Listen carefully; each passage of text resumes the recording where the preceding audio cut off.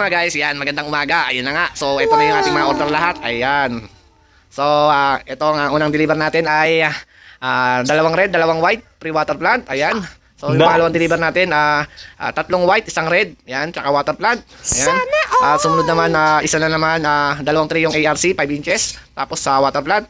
At ito rin, isang tray yung ARC.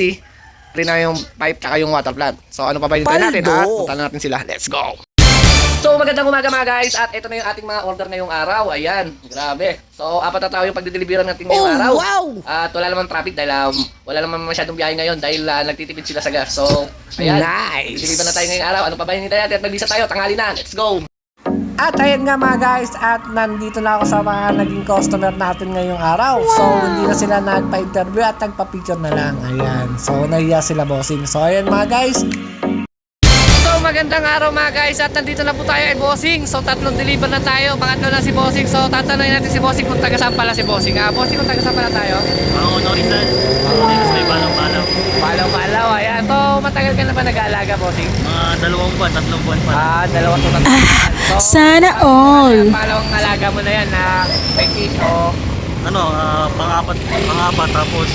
Grabe, dami na pala. Nalagay rin isang isda. Marami Ayun yung matagal na isda. So, nagbebenta ba ng isda mo? May gusto kang i-shoutout o may gusto kang Di sabihin? ba, sisimula pa lang pero shoutout ko yung group ko. Kuya Vince Training. Bakit Training? Yun!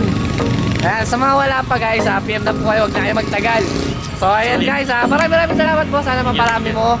Sana magpatuloy-tuloy ang pagpaparami ng mga crayfish. Ayan. So hanggang dito na lang kami kasi may lakad pa kami uli. So hanggang dito lang. Maraming salamat boss. God bless all. Bye-bye. So ayan mga guys, at nandito na po tayo kay Bossing. So ang dami nating nilaan ngayong araw. Grabe, bali 4. So panghuli na si Bossing. So tatanungin natin si Bossing kung taga saan pala si Bossing. Bossing taga saan pala tayo Bossing? Valenzuela po. Valenzuela. So ayan, so nakapag-alaga na rin po si Bossing. Bossing. So ilan po ka na bago nag-alaga? Ilan po ka na nag-alaga? Makakapat na po. 5 buwan. Yun. So bago-bago pa rin.